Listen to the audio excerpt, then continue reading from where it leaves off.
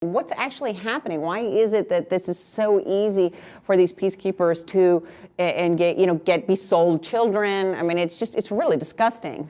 Well, it is disgusting. And, of course, the UN condemns it every time anyone says anything about it. They've been condemning it for decades, and nothing ever changes. It is just appalling to me that people who are there, you see on your screen the blue helmets, the people who are there to protect, that's what their role is, peacekeepers, to protect the women and the children and the innocent people in these war-torn countries, are the ones who are actually then taking advantage. For a bottle of water or a candy bar, they are trading sexual favors with children. 12 and 13-year-old girls and boys in some cases. And what does the UN do? They say, oh, we have a zero tolerance policy. Well, is that working? That hasn't worked for years, so you need to change and do something different than just tell peacekeepers, don't sexually abuse children. Does anybody really need to be told, don't sexually abuse children? What they need are standards, and what they most need are heavy prosecutions. These people need to be tossed in the deepest, darkest cell in the world and sat there for years until they understand and are a deterrent for everybody else who's engaging in this conduct. But that never happens. That's the problem. The way the system is set up is these peacekeepers come from different countries. Here it's been France, and a couple of the African countries always seem to be the offenders. But they aren't prosecuted by those countries where they're committing their crimes. Instead, they're prosecuted, if they're ever prosecuted, which they pretty much aren't, by their home countries. The evidence is difficult to gather. You've got victims who aren't believed because oftentimes they're voluntarily selling themselves to these peacekeepers. And is that possible? Well, it's not possible. Yeah, but like every prosecutor around the world knows that these are difficult cases.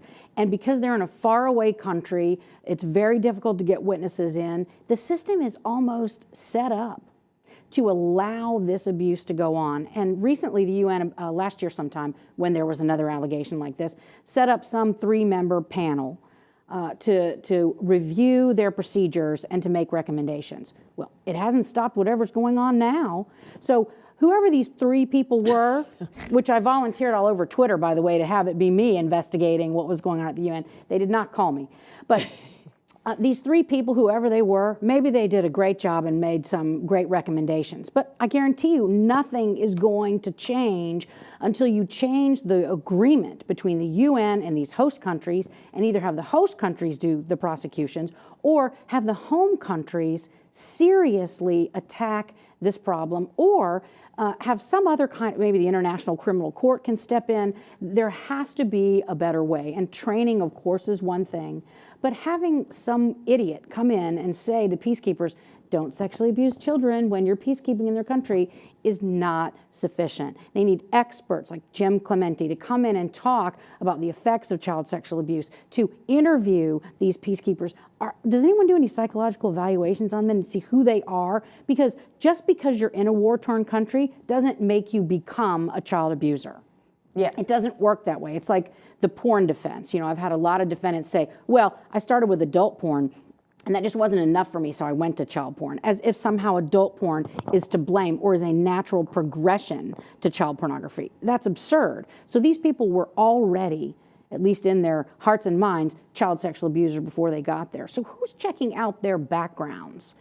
Who is giving them psychological evaluations? Peacekeepers that are going to be in disadvantaged countries ought to be background checked first, and that should include some psych evaluations. Maybe something. I mean, doesn't it remind you of what was going on in Afghanistan? Absolutely. With our army not being asked to look the other way when there was sexual abuse going on there? Yes.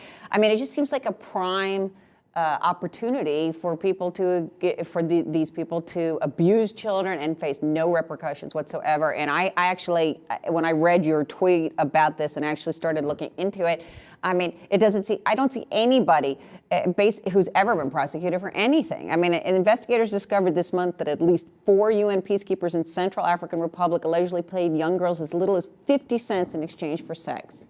I mean, who's watching the store? No one. We're involved in this organization, so somebody should be doing something. We in fact provide about 1/4 of the funds to the UN, and there's a lot of people running for president right now. I would sure like to see all of them, at least, some of them, any of them, talking about holding funding back. And how can you say it's okay for peacekeepers to go into a country and sexually abuse the already abused, disadvantaged children in that country? It isn't okay. So what are we going to do about it? People, and here we are talking about it. We can't. You and I can't do anything about it. But somebody can do something about it, and that's our lawmakers and the policymakers, and they won't do anything. They haven't done anything when this came out last year, when it came out 3 years ago, when the first reports came out a decade ago. We didn't withhold their funds. We didn't insist they change. Nothing changes.